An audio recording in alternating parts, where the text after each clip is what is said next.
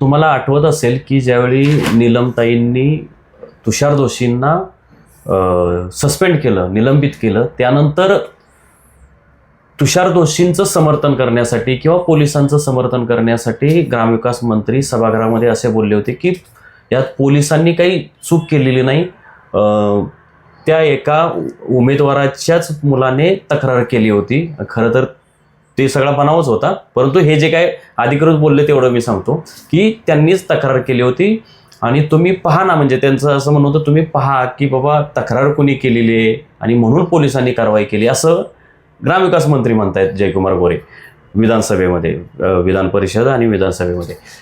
पण सर याच केसमध्ये न्यायालयाने मात्र ह्याच पोलिसांना, पोलीस अधिकाऱ्यांना, पोलीस तपास अधिकाऱ्यांना कारणे दाखवा नोटीस काढली. म्हणजे न्यायालयाने सुद्धा त्यांच्यावर संताप व्यक्त केला आहे पोलिसांवर.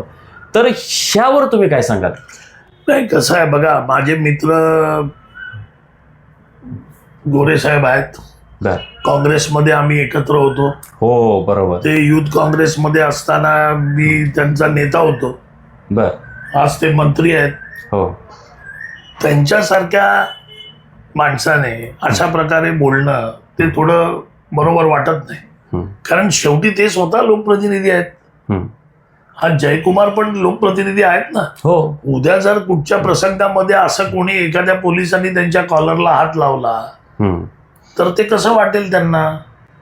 या गोष्टी पूर्णपणे चुकीच्या आहेत.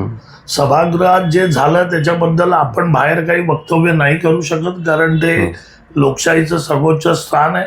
बरोबर. आणि तिथे जो निर्णय घेण्यात आला, आदरणीय नीलमताई गोरेताईंनी जो निर्णय घेतला तो थांबवून मग त्याच्यानंतर काही गोष्टी घडल्या, तर ते सगळे आमचे ज्येष्ठ नेते आहेत. त्यांनी जो निर्णय घेतला तो नॅचरली आमच्या सगळ्यांना मान्य आहे.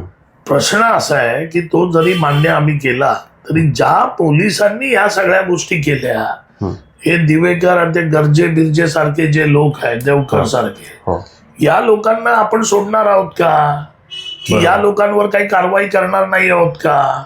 बरोबर. की यांची डेअरिंग कशी वाढते? कारण उद्या जर हे प्रकरण तुम्ही उद्या त्यांच्यावर कारवाई न करता तुम्ही हे प्रकरण असंच ठेवलं तर उद्या महाराष्ट्रात वेगळ्या गोष्टी घडतील. आज या गोष्टीचं गांभीर्य न्यायालयाच्या लक्षात आलं आणि म्हणून न्यायालयाने तो संताप व्यक्त केला ना.